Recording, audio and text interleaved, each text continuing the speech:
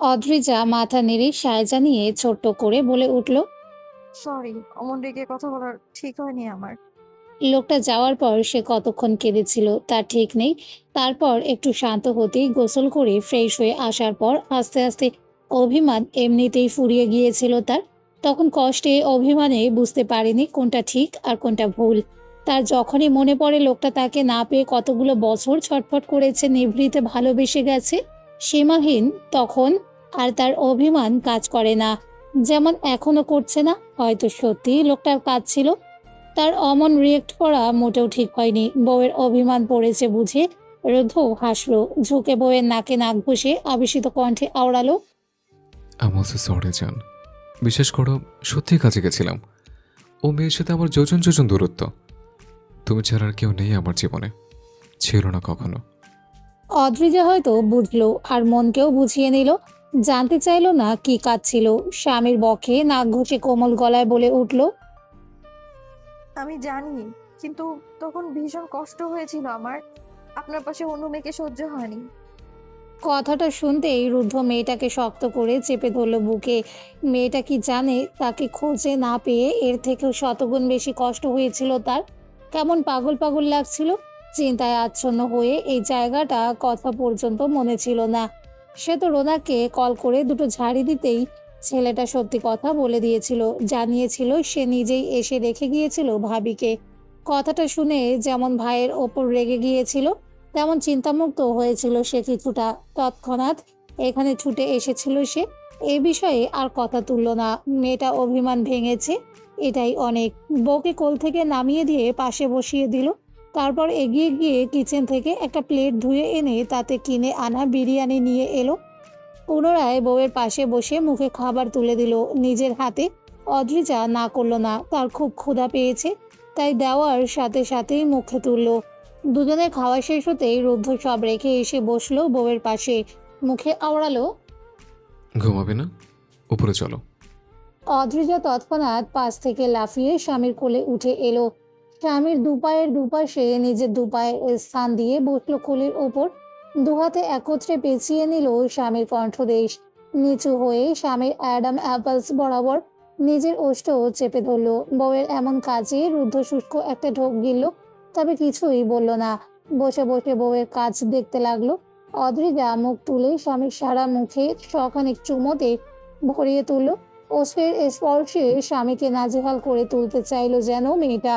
রুদ্ধকে বল চোখ বুঝে সব অনুভব করলো আর মিটি মিটি করে হাসতে লাগলো। বেশ বুঝলো মেয়েটা তখন গলা উঁচিয়ে কথা বলায় এখন গিলটি ফিল করছে। তাই এই কর্মকাণ্ড। সে আসলেই ভাগ্যবান, না হলে এমন বউকে কে পায়, যেখানে বউ অভিমান করার পরেও নিজেই নিজেকে দোষারোপ করছে। অদ্রিজা হঠাৎ থেমে স্বামীর বন্ধ চোখের পানে তাকিয়ে শুধিয়ে উঠল। আমাকে ভালোবাসেন রুদ্ধ? প্রশ্নটা কর্ণগোচর হতেই চোখ মেলে তাকালো রুদ্ধ। মেয়েটা সব জানার পরেও হঠাৎ এমন প্রশ্ন করার কারণ কি? খানিকটা কৌতূহল হয়ে ভ্রু কুঞ্চিত করে শুধালো। হঠাৎ এই প্রশ্ন কেন? জানতে ইচ্ছে হলো, বলুন না। চটপট বলল অদ্রিজা, ঠিক যেন একটা বাচ্চাদের মতো আবদার। রুদ্ধ বউয়ের ওষ্ঠে শুকনো একটা চুমুক খেয়ে শুধালো। প্রমাণ চাও? অদ্রিজা স্বামীর আরো খানিকটা ঘনিষ্ঠ হয়ে বসলো, দুপাশে মাথা নেড়ে না বুঝিয়ে মুখে উচ্চারণ করলো। উম, শুধু আপনার মুখ থেকে শুনতে চাই, ঠিক কতটা ভালোবাসেন আমায়। বুঝলো মেয়েটা, শুনে জাস্ট নিজেকেই সান্ত্বনা দিতে চায়। হয়তো এখনো ইনসিকিউর ফিল হচ্ছে জহিকে নিয়ে। হয়তো এর দ্বারা মনকে বোঝাতে চাইছে স্বামী যে মেয়ের সাথেই থাকুক না কেন, ভালো তো তাকেই বাসে। রুদ্ধ বউকে আরো খানিকটা প্রশান্তিতে ভরিয়ে তুলতে শীতল কণ্ঠে জবাব দিল।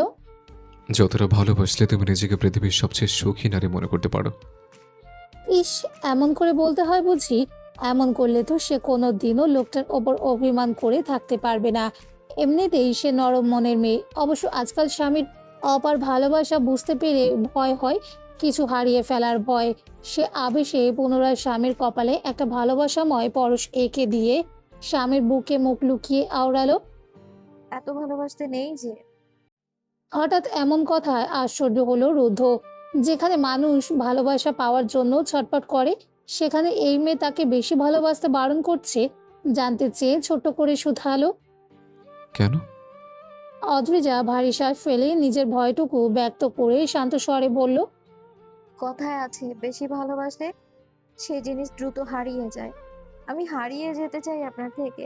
তার থেকে ভালো কম ভালোবাসা নিয়ে আজীবন আপনার সাথে থেকে কাটিয়ে দেব। রুদ্ধ যেন মেয়েটার ভয়টুকু বুঝলো। কথাটার মানে বুঝে নিজের বুকটাও যেন কেঁপে উঠল। শক্ত করে দু হাতে চেপে রাখলো মেয়েটার নিজের সাথে। শান্ত কোমল কণ্ঠে উচ্চারণ করলো, মানুষ না পাওয়ার কষ্টে হাঁসফাঁস করে, ছটফটায়। আমি চাই না তুমি সেই না পাওয়ার দুঃখ অনুভব করো। যদি হারিয়ে যাও তাহলে আমিও তোমার সাথে হারিয়ে যাব। তবুও ভালোবাসা কম করতে পারবো না। পৃথিবী না হয় জানুক দুটো মানুষ একে অপরকে ভীষণ রকম ভালোবাসার অপরাধে নিশ্চিহ্ন হয়ে গিয়েছিল। অদ্রিজা যেন আরো ভয় পেল স্বামীকে হারানোর। আর একটু কাচুমাচু হয়ে স্বামীর বুকে লেপ্টে রইল। সে তো তখন স্বামীর সামান্য দূরে যাওয়াতেই ভয় পেয়েছিল। যদি লোকটা আরো দূরে চলে যায়, যেখানে থেকে খুঁজে পাওয়া মুশকিল, এমন হলে সে কিভাবে বাঁচবে? নিজের অনুভূতি ব্যক্ত করে বলল, কিন্তু আমি আপনার সাথে বাঁচতে চাই। এই মেয়ে কি তাকে রাতের বেলা দুশ্চিন্তার সাগরে নিমজ্জিত করতে চাইছে? বুঝতে পারছে না। এমন কথা শুনে তার বুকটা খালি হতে শুরু করেছে। বউকে থামাতে অশান্ত স্বরে আওড়ালো, বাঁচবো তো একসাথে। তোমার আমার শেষ নিঃশ্বাস একসাথেই থেমে যাবে, দেখো তুমি। কিন্তু আপাতত এসব কথা বলে আমাকে আর অশান্ত করো না। আমার হৃদয় আজকাল বড্ড দুর্বলতা অনুভব করেছে। স্বামীর অস্থিরতা বুঝে নিজের ভয় চাপা দিল অদ্রিজা। বুক থেকে মুখ তুলে হাসি ফুটিয়ে তাকালো স্বামীর চোখে। আকস্মাৎ শুধালো, আপনি তো কখনো জানতে চান না আমি আপনাকে ভালোবাসি কিনা, কেন বলুন তো? বউয়ের প্রশ্নে বিস্তর হাসলো রুদ্ধ। হাসি মুখে প্রতি উত্তর দিল, কারণ তোমার চোখ দুটো আমাকে সর্বদা সত্যিটা জানিয়ে দেয়। তবে মুখ থেকে শোনার অভিলাষ আমারও হয়, কিন্তু ব্যক্ত এই কারণে করি না, কারণ আমি চাই তুমি নিজে থেকে একদিন সত্যিটা স্বীকার করবে। এখন একবার বলবে পাখি? নিজে জবাব দিয়ে শেষে একটা প্রশ্নবোধক চিহ্ন লাগিয়ে দিল। কিন্তু অদ্রিজা জবাব দিল না, মাথা নেড়ে বুঝিয়ে দিল এখন জবাব দিতে ইচ্ছুকও নয় সে। তবে স্বামীকে খানিকটা খুশি করতে স্বামীর ওষ্ঠ দুটো আঁকড়ে ধরল। রুদ্ধ অবাক হলো না মোটেও, বরং খুশি হয়ে নিজেও সায় জানালো মেয়েটাকে। মেয়েটাকে সেখানেই সোফায় শুইয়ে দিয়ে নিচে মেয়েটার ওপর ভর ছেড়ে দিল। একসময় ওষ্ঠদয় নেমে এলো মেয়েটার কাঁধে, গলায়। অদ্রিজা হয়তো শুধু একটা চুমু খেতেই চেয়েছিল, কিন্তু স্বামীর পাগলামতে আর বাধা দিল না। নিজেও স্বামীর সাথে সায় জানিয়ে জনশূন্য বাড়িটায় একটা স্মৃতিময় রাত্রি পার করে নিল দুজন প্রেমিক যুগল মিলে। সময় কেটে গেল আরো 2টো দিন। রাত তখন বোধ হয় 11টার অধিক। রুদ্ধর গাড়িখানা এসে থামলো সেই জঙ্গলে ঘেরা ছোট্ট বাড়িটার সম্মুখে। আজও এসেছে একা, কাজ শেষে সরাসরি এখানে এসেছে। গাড়ি থেকে নেমে গটগট পায়ে ভেতরে প্রবেশ করে নেমে এলো সেই পরিচিত বেসমেন্টে। সূর্য সাব্বির মাথা ঢুলে পড়ে আছে। জ্ঞানটা বোধ হয় আজও নেই। তাদের তুলে এনেছে পুরো 4টে দিন। এর মাঝে খেতে পায়নি। ক্ষুধায় তৃষ্ণায় মরি অবস্থা এমনিতেই। তার ওপর সেদিন রুদ্ধ যে পরিমাণ আঘাতে জর্জরিত করে রেখেছিল, তাতে জ্ঞান না থাকা অস্বাভাবিক কিছু নয়। রুদ্ধ বোধ হয় আজ কোনরূপ মায়া দেখাতে আসেনি এখানে। বেজমেন্টে তৈরি করা আছে এক লোহার চুলি। সরাসরি সেখানে চলে গেল সে। গিয়ে আগে আগুন জ্বেলে পানি গরম করতে দিল। অপেক্ষা করলো মিনিট 15-র মতো। পানি যখন ফুটতে শুরু করলো, তখন সেই পানি একটা পাত্রে উঠিয়ে নিয়ে এগিয়ে গেল দুটোর সামনে। ছেলে দুটির মুখে সেদিনের রক্তের দাগ এখনো লেপ্টে আছে। কালশিটে দাগের অভাব নেই, দেখতে বিশ্রী লাগছে। রুদ্ধর বোধ হয় পছন্দ হলো না, তবে শুরুতেই খুব কঠোর হলো না। গরম পানিতে আর একটু ঠান্ডা পানি মিশিয়ে নিল, তবে এতে গরম খুব ঠান্ডা হলো বলে মনে হলো না। সেই পানিটুকু ছুঁড়ে মারল ছেলে দুটোর মুখের ওপর। তারপর নির্নিমেষ তাকিয়ে রইল তাদের মুখের পানে। গরম পানির ঝটকায় চোখ খুলল দুজন, কিন্তু মুখটা যেন পুড়ে যাওয়ার উপক্রম। দুজন ছটপট করে চিৎকার করে উঠল। ছাড়া পাওয়ার জন্য একটু ঠান্ডা পানি পাওয়ার আশায় ধরপড় শুরু করলো। জমিতে পানি খুঁজে না পাওয়া একটা মাছের মতো, কিন্তু হাত পা বাঁধা থাকায় কিছুই করতে সক্ষম হলো না। ধীরে ধীরে জ্বলন বোধ হয় একটু কমলো। দুজন চোখ উঁচিয়ে রুদ্ধকে সম্মুখে দেখে ঘাবড়ে গেল। তাহলে কি আজ তাদের শেষ দিন হতে চলেছে? আজ কলিজায় ভয় ধরল রুদ্ধর অধর কোণে বাঁকা হাসি দেখে। সূর্য আতঙ্কিত গলায় ব্যতিব্যস্ত হয়ে আওড়ালো, প্লিজ রুদ্র, ছেড়ে দে। প্রয়োজনে পুলিশের হাতে দিয়ে দে। হাত জোর করছি তোকে, এবারের মতো ক্ষমা করে দে। এত নিষ্ঠুর হোস না আমাদের সাথে। সূর্য থামতেই সাব্বির অনুনয় কণ্ঠে আওড়ালো, প্লিজ স্যার, ছেড়ে দিন। আর কোনো দিন এমন করব না। কোনো মেয়ের দিকে চোখ তুলে তাকাবো না। ক্ষমা করুন স্যার। ছেলে দুটোর মুখে যেন ফোসকা পড়তে শুরু করেছে। রুদ্ধ সেই মুখ অবলোকন করলো, কথাগুলো শ্রবণ করলো, মাথা কাত করে ভাবুক হয়ে শান্ত কণ্ঠে বিড়বিড় করলো, সেই দিন আমার পাখি এভাবে ছটফট করে হাত জোর করে অনুনয় করেছিল ছেড়ে দেওয়ার জন্য, কিন্তু তোরা মুক্তি দিস নে, তাই না? রুদ্ধর শীতল কণ্ঠস্বর পেয়ে দুজনকে ভয় আরো কাবু করে নিল। জবাব দেওয়ার মতো কিছুই পেল না। রুদ্ধ সরে গেল সেখান থেকে, চুলার কাছে ফিরে এলো। সেখানে পানি এখনো ফুটছে টকবক করে। রুদ্ধ কতগুলো লোহার চিকন দণ্ড চুলার ভেতর গরম করে দিল। তারপর এগিয়ে গেল সুন্দর করে সাজিয়ে রাখা অস্ত্রগুলোর দিকে। বেছে বেছে সেখান থেকে পছন্দসই অস্ত্রগুলো নিয়ে এগিয়ে গেল ওদের দিকে। সেগুলো নিচে রেখে দিয়ে সে ঠিক বসলো তাদের সম্মুখে।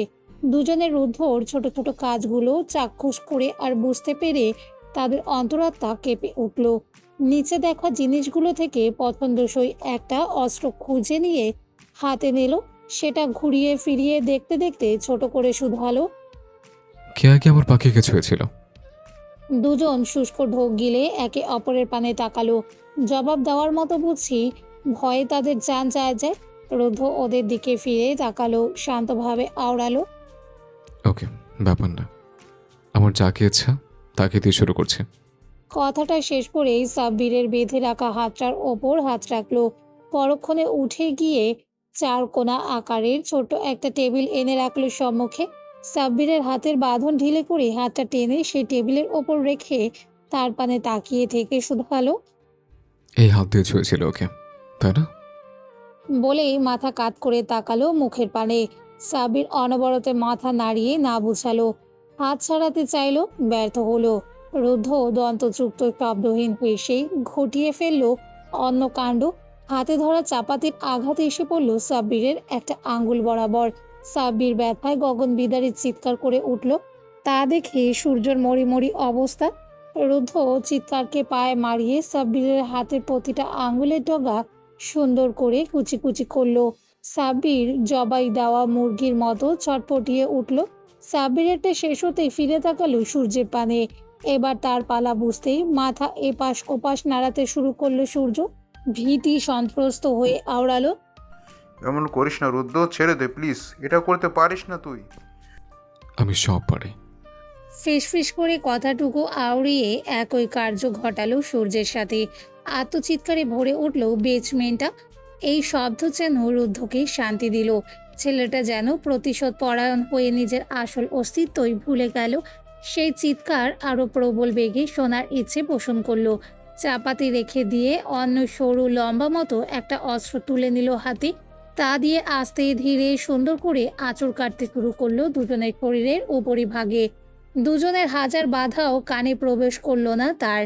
আঁচড় কাটার ফলে গায়ে থাকা পোশাক খণ্ড খণ্ড হয়ে ছিঁড়ে খসে পড়ল নিচে। উন্মুক্ত হলো তাদের পেট। সেখানে অস্ত্রটা দিয়ে আলতো করে সরু দাগ দেওয়ার মতো টান দিল। তৎক্ষণাৎ সেখান থেকে ফিনকি দিয়ে রক্ত বেরিয়ে পড়ল। কাজটুকু সম্পূর্ণ হতেই উঠে গেল। ফিরে এলো একটা বয়াম হাতে নিয়ে। ভেতরে আছে শুকনো মরিচের গুঁড়ি। বয়াম খুলে সেই গুঁড়ি বের করলো। পুনরায় তাকালো নিচে ক্ষত করা তাদের পেটের পানে। পুনরায় ফিসফিস করে শুধালো, আমার পাখির ঠিক এই জায়গাতে তোরা কলঙ্ক এঁকে দিয়েছিলে, তাই না? যেখানে কদিন পর আমার সন্তান বের উঠবে। সিগারেট দিয়ে অন্যকে চালাতে বেশ ভালো লাগে, তাই না? আজ বুঝে থাক নিজেদের জ্বলতে ঠিক কেমন লাগে। কথা শেষ করে মরিচের গুঁড়ি সুন্দর করে ঢুকিয়ে দিল ছিদ্র করা জায়গায়। জায়গাটুকু যেন জ্বলে উঠল। দুজন এমন করে তড়পালো যেমন করে তড়পায় জবাইকৃত প্রাণী। মায়া জন্মালো না রুদ্ধর। মস্তিষ্ক দাউ দাউ করে জ্বলছে তার। কল্পনা করতেও ভয় লাগে ওই রাতে ঠিক কেমন করে তড়পেছিল তার বউ পাখিটা। জানোয়ারগুলো এক চুলও ছাড় দেয়নি। সেদিন যদি মেয়েটা পালিয়ে না যেত তাহলে কি করতো মেয়েটার সাথে এরা? আর কত মেয়ের সাথে এমন করেছে তারও ঠিক নেই। এদের সহজ মৃত্যু দিলে তার মন শান্তি পাবে না। কোনো কথা ব্যতীত এগিয়ে গেল জ্বলন্ত চুলার নিকট। জলজল করা লোহার দণ্ড থেকে একটা তুলে আনলো। এমন কিছুই করেছিল এরা তার জানটার সাথে। কি করে ভুলে যাবে সে সব কিছু? সূর্য আর সাব্বিরের চিৎকার করার মতো শক্তিটুকু যেন আর নেই। চোখে ঝাপসা দেখছে, মৃত্যুর প্রহর গুনছে, কিন্তু মৃত্যুও তাদের ধরা দিতে চাইছে না। রুদ্ধ এগিয়ে গরম লোহা ঠেসে ধরল ওদের উন্মুক্ত শরীরে। জায়গা পরিবর্তন করে করে যেন কোনো চিত্রাঙ্কন করলো তাদের শরীরে। দুজনের যান বেরিয়ে হাতে আসার উপক্রম। চোখ থেকে যেন রক্ত ঝরছে, চোখের পানি, নাকের পানি সব একত্রে গড়িয়ে পড়ছে। নেতানো শরীর আরও নেতিয়ে পড়েছে। আজ হয়তো উপলব্ধি করছে তাদের নির্যাতনের শিকার হয়ে অবলা নারীগুলো কেমন কষ্ট অনুভব করেছে। হয়তো তাদের মতো মৃত্যুকে আলিঙ্গন করতে চেয়েছে, কিন্তু তারা সেই সুযোগ দেয়নি, যেমন করে আজ রুদ্ধ তাদের দিল না। রুদ্ধ পুনরায় এগিয়ে গিয়ে একটা পাত্র ভরে ফুটানো পানি নিয়ে এলো। ক্রোধ ভরা চোখ নিয়ে দুটোকে দেখলো। এরা যে পুরুষাঙ্গ নিয়ে মেয়েদের সম্মান ক্ষুণ্ণ করে, তাই আজ জ্বালিয়ে দিতে ইচ্ছে করলো। পরিহিত প্যান্টের ওপর দিয়েই টকবগে ফুটন্ত পানিটুকু ঢেলে দিল দুজনের পুরুষাঙ্গ বরাবর। এবার যেন দুজন জাহান্নামের দেখা পেল। কণ্ঠভেদ করে পুনরায় দুজনের আত্মচিৎকার বেরিয়ে এলো। তা এসে রুদ্ধর কানে বাড়ি খেলো। খিলখিল করে হেসে উঠল ছেলেটা। পরক্ষণে রেগে চিৎকার করে আওড়ালো, এই টনিকটা বেশ সুন্দর, তাই না? কেমন লাগছে এখন? যখন কোনো মেয়ের সম্মানে হাত দিস, তখন তাঁদেরও ঠিক এমন অনুভূত হয়। এর থেকে বেশি কষ্ট অনুভব করে। যখন মেয়েদের শরীরে হাত দিস, তখন নিজের মাকে স্মরণে আসে না? ভাবিস না কোন এক নারীর ওদর থেকে তোদের মতো কীটের জন্ম হয়েছিল? কখনো ভাবিস তোদের মতো পশুর জন্য একটা মেয়েটা কতটা নরক যন্ত্রণা সহ্য করে বেঁচে থাকে? সমাজ তাকে কেমন করে প্রতি মুহূর্তে মেরে ফেলে জানিস? জানিস না, কিন্তু আজ প্রতিটা নিঃশ্বাসের সাথে বুঝবি এসব। প্রতিটা সেকেন্ডে অনুভব করবি প্রতিটা মেয়ের আর্তনাদ, যাদের একদিন তোরা ভোগের সামগ্রী মনে করে খুব রেখেছিস। কথাগুলো তাদের কর্ণে প্রবেশ করলো কি না বোঝা গেল না। সাব্বির পুনরায় জ্ঞান হারিয়ে নেতিয়ে পড়ল। তার বোধ হয় আর সহ্য করার সামর্থ্য হলো না। সূর্য নিভু নিভু চোখ মেলে তাকালো। মৃত্যু ভিক্ষা চেয়ে থেকে থেকে অনেক কষ্টে আওড়ালো, মেরে দে রুদ্র, আর যন্ত্রণা দিস না, এর থেকে আমাদের মেরে দে। রুদ্ধ ঝুঁকে এলো সূর্যের নিকট। রক্তচক্ষু মেলে হিসিস করে আওড়ালো, কষ্ট হচ্ছে বুঝি? খুব কষ্ট। কিন্তু বিশ্বাস কর, এর থেকে হাজার গুণ কষ্ট আমার হয়েছিল যখন আমি জেনেছিলাম আমার জানের সাথে তোরা নির্মম অত্যাচার চালিয়েছিলে। কিন্তু আমি কিছু করতে পারিনি সেদিন। যখন মেয়েটা আমার ছোঁয়াকে ভয় পেত, তখন কেমন লাগতো জানিস? মনে হতো কেউ আমার কলিজাটা কেটে আমার হাতে ধরিয়ে দিয়েছে। এত কিছুর পর তোকে এত সহজে মৃত্যু দেব ভেবেছিস? আমি আরও দেখবো তোর আর্তনাদ। প্রতি মুহূর্তে সে কষ্ট অনুভব করবে যা আমি আর আমার স্ত্রী অনুভব করেছে। তারপর দেব তোকে মৃত্যু। কথা শেষ করে চুপচাপ গিয়ে বসে পড়ল। নির্নিমেষ চোখ মেলে তাকিয়ে কেবল দুজনের সর্বনাশ দেখলো, তাদের অসহায়ত্ব দেখলো। মনে যেন তবুও শান্তি নেই। এসব করলেই কি সব অতীত মুছে যাবে? তার পাখিটা সব কষ্ট ভুলে যাবে? সমাজ তার কলঙ্ক মুছে দিবে? জানে কিছুই হবে না, কিন্তু পাপিষ্ঠগুলোকে শাস্তি ঠিকই দিতে পারবে। আর সে তাই দিচ্ছে। কম করে হলেও আধা ঘন্টা যাবৎ বসে থেকে দুজনের মর্মান্তিক অবস্থা দেখলো। যখন প্রাণ দুটো প্রায় যায় যায়, তখন উঠে দাঁড়ালো। দুজনের হাত পায়ের বাঁধন খুলে দিল। লাথি মেরে ফেলে দিল দুটোকে নিচে। হাতে তুলে নিল লম্বা একটা তীক্ষ্ণ ফলার ন্যায় ছুরি। নিষ্ঠুরের মতো সেই তলোয়ারের জায়গা হলো সাব্বিরের পেটে। রক্ত ছিটে এসে লাগলো তার নাকে মুখে। সাব্বির বোধহয় এক শব্দ করেই সেখানেই নিজের শেষ নিঃশ্বাস ত্যাগ করলো। রুদ্ধ পরক্ষণেই সূর্যের নিকট এগিয়ে গেল। এই ছেলেটা তাকে অনেকবার মারার পরিকল্পনা করেছে। সে জেনেও প্রতিবার ছেড়ে দিয়েছে, কিন্তু বউয়ের সাথে অন্যায় করা পাপীকে সে কি করে ছেড়ে দিবে? বুক ভরা আক্রোশ আর ঘৃণা নিয়ে ছুরিটা চালিয়ে দিল সূর্যের উদর বরাবর।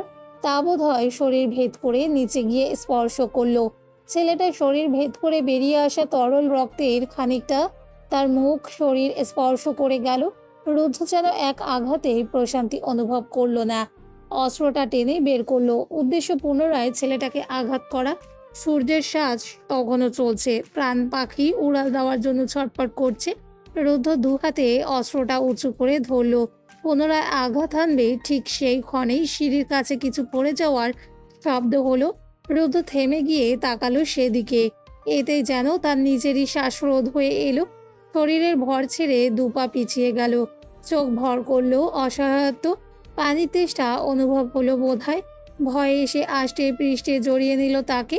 কণ্ঠ কেঁপে উঠল, সেই সাথে পুরো শরীর। হাত থেকে অস্ত্রখানা নিচে পড়ে গিয়ে ঝনঝন শব্দ সৃষ্টি হলো। সেই শব্দও তার ধ্যান সরাতে সক্ষম হলো না। কাঁপা কাঁপা কণ্ঠ ভেদ করে অস্ফুষ্ট স্বরে কেবল একটাই শব্দ বেরিয়ে এলো। অদ্রিজা। দুদিনের পরিক্রমায় দেশ জুড়েই শুরু হয়েছে অরাজকতার। প্রেস মিডিয়া যে যা পারছে সংবাদ বিক্রি করে চলেছেন। একজন সাবেক এমপি আর একজন স্বনামধন্য ব্যবসায়ী, দুই ক্ষমতাশালী ব্যক্তির দুই শয়তান ছেলে নিখোঁজ। দেশ জুড়ে যেন এই সাড়া পড়ে গেছে। প্রতিটা নিউজ চ্যানেলে কেবল একটাই সংবাদ, সাবেক এমপির ছেলে সূর্য আজগর দুদিন ধরে নিখোঁজ। সেই সাথে প্রভাবশালী বিজনেসম্যান সাজ্জাদুলের ছেলে সাবিরেরও মিলছে না কোনো সন্ধান। পুলিশ তদন্ত শুরু করেছে, কিন্তু এখনও কোনো সুরাহা করতে পারেনি। তাদের বাড়ির লোকেদের কথা অনুসারে দুদিন আগে ছেলেগুলো বাড়ি থেকে বের হয়েছিল, তারপর আর ফিরে আসেনি। এদিকে কেউ বলতে পারছে না তারা কোথায় গিয়েছিল, তবে আন্দাজ করেছে হয়তো একসাথেই ছিল। আর কে বা কারা এমন করেছে, কখন করেছে, এসব বিষয় এখনো কিছুই জানা যায়নি। অদ্রিজা সেদিন যখন রাগ করে বাড়ি ছাড়লো, তারপর রাতের মধ্যে অভিমান মিটে যাওয়ার জন্য তার পরের দিনই দ্রুত ফিরে এসেছিল শ্বশুর বাড়ি। সেদিন কোনো এক সময় টিভি দেখতে গিয়ে এমনই এক খবর দৃষ্টি পড়েছিল তার। যখন টিভির পর্দায় সূর্যের পাশাপাশি সাব্বিরের একটা ছবি দেখেছিল, তখন তাদের চিনতে এতটুকুও ভুল হয়নি। সূর্যকে তো আগেই দেখেছে, চিনেছে। আর সাব্বিরের সেই চুল দাড়ি যুক্ত ভয়ানক মুখখানা চিনতেও এতটুকুও কষ্ট হয়নি। আর সেদিন থেমে পুনরায় শুরু হলো মনে সন্দেহের বীজ। এটাও বোধহয় স্বাভাবিক। বিয়ে প্রথম দিকে যে শান্ত গম্ভীর মানুষটাকে দেখেছিল, সময়ের পরিবর্তনের সাথে সাথে সেই লোকের অন্যান্য রূপ দেখেছে। ছোট বড় অনেক কিছু লুকাতে দেখেছে। সে ভীতু হতে পারে, কিন্তু এতটাও বোকা না। সেদিন শুরু থেকে সবকিছু যেন মেলানোর চেষ্টা করেছিল।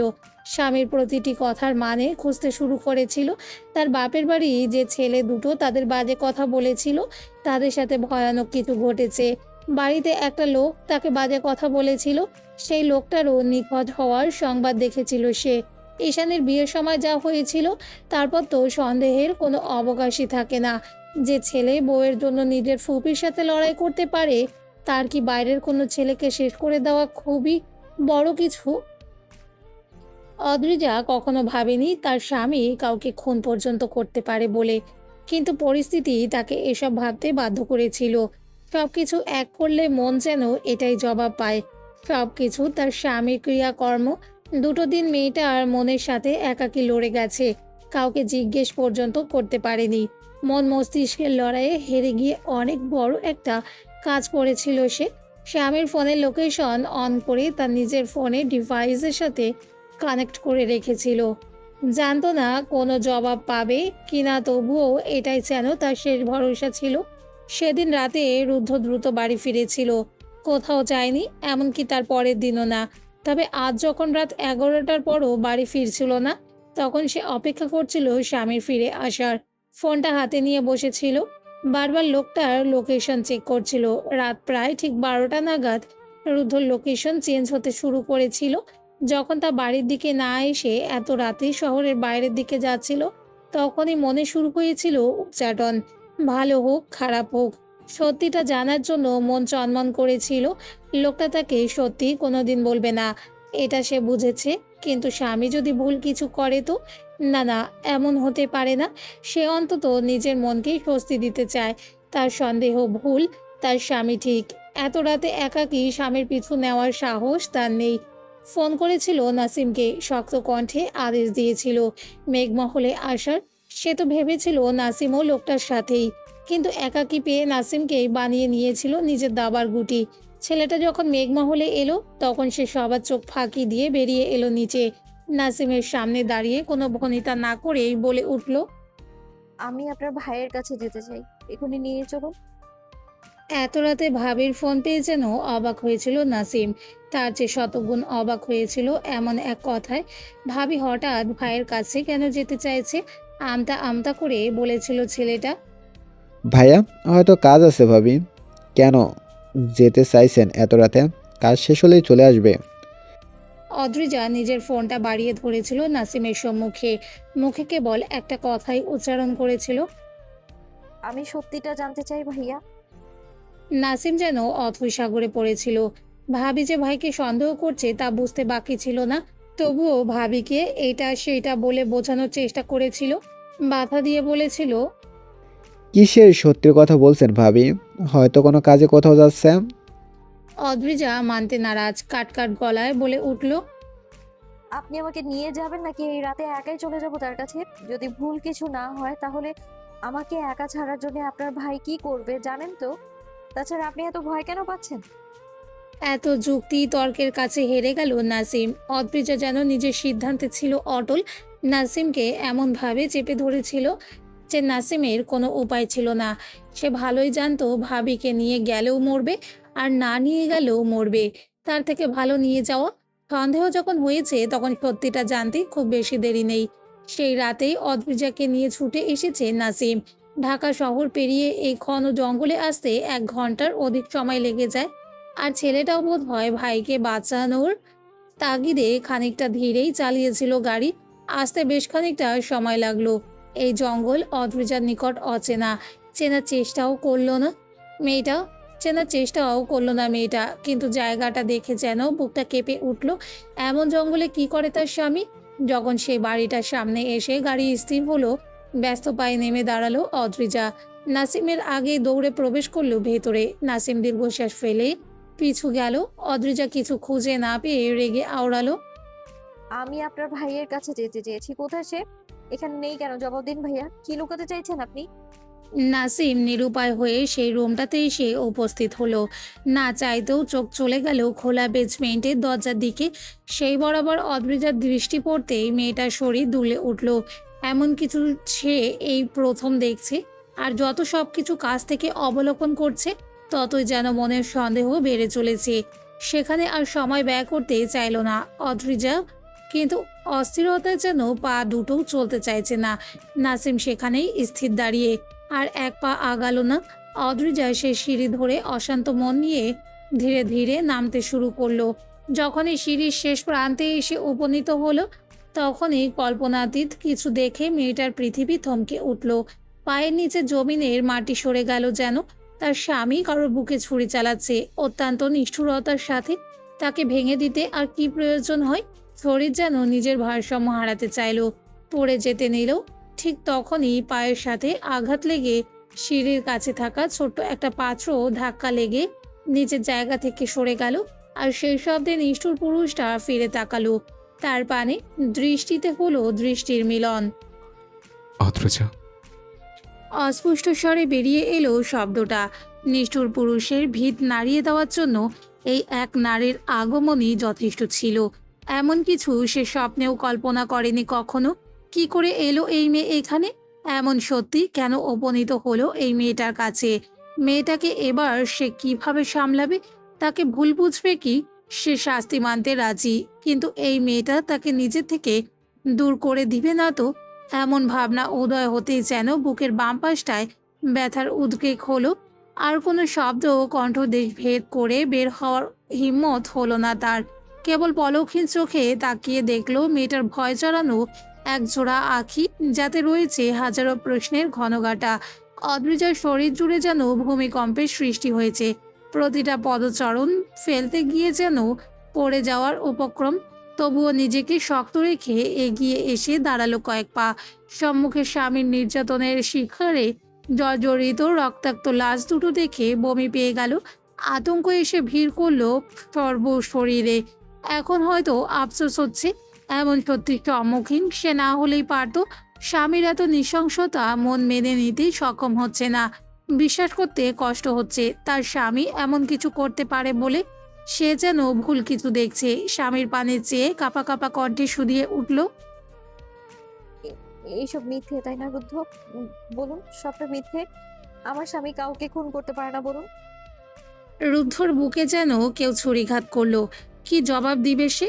তার হাতে খুনের নিশান স্পষ্ট, পশুগুলোর রক্তে তার বদন রঞ্জিত। তাহলে সে কি জবাব দিবে? বউয়ের চেয়ে ভীত বোধ হয় আজ সে হলো। বউয়ের আতঙ্ক বুঝেও যেন এক পা এগিয়ে মেয়েটার নিকট যাওয়ার সাহস হলো না। ভাবতেই ভয় লাগছে। যার চোখে এতদিন নিজের প্রতি ভালোবাসা দেখেছে, সেই চোখে কি আজ থেকে ঘৃণা দেখবে, ভয় দেখবে? এই ঘৃণার চেয়ে যে তার মৃত্যু ভালো। অদ্রিজা লাশ দুটো পেরিয়ে আরো দুপা এগিয়ে এলো, নিজের ভয়কে দাফন করে। জবাব না পেয়ে মেয়েটা যেন আরো ভেঙে পড়ল, অসহায় হয়ে পড়ল। অস্থিরতা, রাগ, আতঙ্ক সব একত্রে চিৎকার হয়ে বেরিয়ে এলো কণ্ঠভেদ করে। জবাব কেন দিচ্ছেন না আপনি? বলুন, আমি যা দেখেছি সব মিথ্যে বলুন। এই সব আমার ভ্রম, সব মিথ্যে, একটাবার বলুন রুদ্ধ। রুদ্ধ আহতদের ন্যায় দু হাঁটু ভেঙে বসে পড়ল।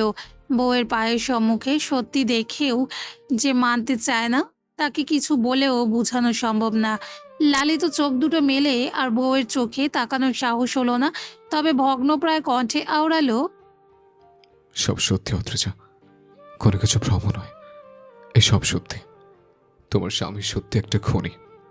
আর কিছু জানতে চাও? এই পরম সত্য জানার পরেও বুঝি তার অন্য কোনো কিছু জানার ইচ্ছে অবশিষ্ট থাকে। আর লোকটা এমন করে বলছে যেন সব কিছু তার জন্য মেনে নেওয়া কত সহজ হবে। থরথর করে কাঁপতে শুরু করলো অদ্রিজা। দোটানা শুরু হলো, সংশয় এসে ধরা দিল মনে। আর যেন সহ্য করার ক্ষমতা তার মাঝে বেঁচে নেই। দু হাতে মুখ ঢেকে হঠাৎ ডুকরে কেঁদে উঠল। মেয়েটা রুদ্ধর মন বিচলিত হলো, অশান্ত হলো হৃদয়। তবুও উঠে এলো না। অদ্রিজা ভয়ে ছটপট করে বিড়বিড় শুরু করলো, এবার কি হবে আমার? কেন করলেন এমন? আমার কথা কেন ভাবলেন না? আমি কি করে বাঁচবো আপনাকে ছাড়া? রুদ্ধ খানিকটা অবাক হলো, তড়িৎ তাকালো মেয়েটার মুখপানে। মেয়েটা তাকে ঘৃণা করছে না, বরং হারানোর ভয় করছে। মনে হলো তার ভাবনাটাই ভুল। মেয়েটার মাথা কাজ করছে না। অস্থিরতায় খুন করার জন্য সামান্যতম হীনতা কাজ করলো না তার মনে। কিন্তু তার জন্য মেয়েটার এই অবস্থা ভাবতেই অন্তঃকরণ ফেটে পড়ার উপক্রম। বউয়ের থেকে চোখ সরিয়ে অপরাধী কণ্ঠে পুনরায় বলে উঠল, আম সরি অদ্রিজা, তুমি কি আমার জীবনে নিয়ে এসেছিলাম নতুন করে জীবন দান করতে, কিন্তু মনে হচ্ছে এই আমি তোমাকে নতুন করে ভেঙে দিলাম। আমি আবারও ব্যর্থ হলাম তোমাকে ভালো রাখতে। তুমি এর জন্য যে শাস্তি আমাকে দেবে আমি মাথা পেতে নেব। চাইলে আইনের হাতে তুলে দিও, কিন্তু তোমার মন থেকে দূর করে দিও না। তোমার মনে জায়গা না পেলে আমি নিশ্চয় যাবো পাখি। অদ্রিজা কি শুনলো কি বুঝলো কে জানে। তবে হঠাৎ করে কান্না বন্ধ হয়ে গেল মেয়েটার। স্বামীর পানে অবাক হয়ে তাকিয়ে বিড়বিড় করে শুধালো, কি বলেন? আইন মানে পুলিশ? রুদ্ধ কি করবে বুঝলো না। তার প্রতিশোধ এখনো সম্পূর্ণ নয়। এদিকে নিজের স্ত্রী, অন্যদিকে প্রতিশোধ। সে হয়তো খুনি, কিন্তু তার থেকেও বড় সত্য, সে এই সামনে দাঁড়ানো মেয়েটাকে সীমাহীন ভালোবাসে। এর থেকে দূরে থাকার কথা ভাবতেই তার শ্বাসরোধ হয়। কিন্তু মেয়েটা যদি তাকে ঘৃণা না করে আইনের হাতে তুলে দেয়, তাহলে সেই শাস্তি সে মাথা পেতে নিবে। এতে অন্তত মেয়েটার মনে তো জায়গা পাবে। ভাগ্যের শেষ পরিণতি যদি এটাই হয়, তাহলে সে একবারও পিছু হটবে না। কিন্তু প্রতিশোধ পূরণের কথা ভাবতেই কণ্ঠ শক্ত হয়ে আসে। শাস্তি পেতে রাজি সে। তবে তৃতীয় শয়তানটাকে শেষ করার পর হঠাৎ হাত দুটো মুষ্টিমেয় করে নিয়ে চোখ বুঝে এক নিঃশ্বাসে বলে উঠল, আইন, তুমি যদি আইনের হাতে তুলে দিতে চাও আমি মেনে নেব, কিন্তু তুমি আমাকে ঘৃণার মতো শাস্তি দিও না অদ্রিজা। যে চোখে নিজের প্রতি ভালোবাসা দেখেছে, সে চোখে ঘৃণা দেখার মতো ক্ষমতা আমার নেই। তার থেকে বরং আমার বুকে নিজ হাতে তুমি ছুরি চালাও, কিন্তু কোনো শাস্তি এখন পেতে রাজি নয়। সে শাস্তি দিতে নিজের হাতে ছুরি চালাবে? এত শক্তি আছে বুঝি তার? এই কথাগুলো যেন তার বুকে আঘাত করলো। তেমন শেষ কথায় বিস্ময় এসে ধরা দিল। অবাক হয়ে জানতে চাইলো অদ্রিজা। এখন নয় কেন? রুদ্ধ চোখ তুলে তাকালো, দাঁতে দাঁত চেপে শক্ত কণ্ঠে প্রতি উত্তর দিল, কারণ আমার প্রতিশোধ এখনো অপূর্ণ। এক শয়তান এখনো শির উঁচু করে খোলা হাওয়ায় ঘুরছে, এটা আমি কখনো মানব না। অদ্রিজা ভয়ে ভয়ে আবার তাকালো লাশ দুটোর পানে। তৎক্ষণাৎ চোখ সরিয়ে নিল। এর থেকে বেশি দেখার সাহস তার নেই। সেই সাথে স্বামীর কথাগুলো অস্পষ্ট বুঝতে সক্ষম হলো। এই সব কিছু তার জন্য তার স্বামী আজ খুনি, তার জন্য ছেলেটার হাতে রক্তের ছোঁয়া লেগেছে। তাকে ভালোবেসে ছেলেটা এতটা নিষ্ঠুর হয়েছে, কিন্তু এসব ভেবে একদম খুশি হতে পারল না সে। রেগে স্বামীর কাজ ঘেঁষে দাঁড়িয়ে হাত বাড়িয়ে স্বামীর গায়ে ইচ্ছে মতো আঘাত করতে শুরু করলো। পাগলের ন্যায় উদ্গ্রীব হয়ে আওড়াতে থাকলো। কি বলেছে এসব প্রতিশোধ নিতে? আমি বলেছি? কেন আমার জন্য আপনার হাত রক্তে রাঙালেন? হ্যাঁ, কেন জানোয়ারগুলোর জন্য আমাকে ধ্বংস করার পায়তারা করছেন আপনি? ভালোই তো ছিলাম আমরা, তবু কেন এই প্রতিশোধ? আমি তো চাইনি এসব, তবু কেন রুদ্ধ? মেয়েটার এই ভয় যেমন তাকে কষ্ট দেয়, তেমন রাগিয়েও দেয়। শয়তানগুলোর অপরাধ দেখেও বারবার একই প্রশ্ন, কেন সাহসী হয় না এই মেয়ে? কেন নিজের জন্য ন্যায় চায় না এই মেয়ে? রেগে গেল রুদ্ধ, সব ভুলে রেগে চিৎকার করে উঠল। কিন্তু আমি চেয়েছি, আমার স্ত্রীকে যারা নির্যাতন করেছে, সমাজের চোখে কলঙ্কিত করেছে, তাদের আমি ছেড়ে কখনোই দেব না। ওদের শেষ না করলে ওরা পুনরায় আমাকে ধ্বংস করত। এসব আমি মেনে নেব বলছ? আমি এত দয়ালু না অথচ। এটাই তোমার স্বামীর আসল রূপ। দেখে নাও ভালো করে। আই লাভ ইউ রুদ্ধ, ভালোবাসি আপনাকে আমি। রুদ্ধর কথা শেষ হতে না হতেই অদ্রিজার কণ্ঠ ভেদ করে বেরিয়ে এলো বাক্য দুটি। কণ্ঠে যেন তার শক্তি বেঁচে নেই। বলেই মেয়েটা হাঁটু ভেঙে বসে পড়ল তার সামনে। পুনরায় কেঁদে উঠল শব্দ করে। রুদ্ধ যেন হঠাৎ হৃদস্পন্দন থেমে গেল। কি বলল মেয়েটা মাত্র তাকে? ভুল শুনল কি? এক পলকে তাকিয়ে রইল কান্নারত মেয়েটির দিকে। অদ্রিজা কাঁদতে কাঁদতে পুনরায় অসহায় কণ্ঠে আহাজারি করে উঠল। ভালোবাসি রুদ্ধ, আপনি যেমন আপনাকে ভালোবাসেন আমিও তেমন করেই ভালোবাসি। আপনি আমার অভ্যাসে পরিণত হয়েছেন। আপনার মায়ায় পড়ে আমি আজকাল নিজেকে হারাতে বসেছি, আবার আপনাকে পেয়েই আমি নিজেকে নতুন করে পেয়েছি। তাহলে ভাবুন, আপনাকে ছাড়া কি হবে আমার? কিভাবে বাঁচবো আমি? আপনাকে ছাড়া থাকার কথা ভাবতেই তো আমার নিঃশ্বাস বন্ধ হয়ে আসে।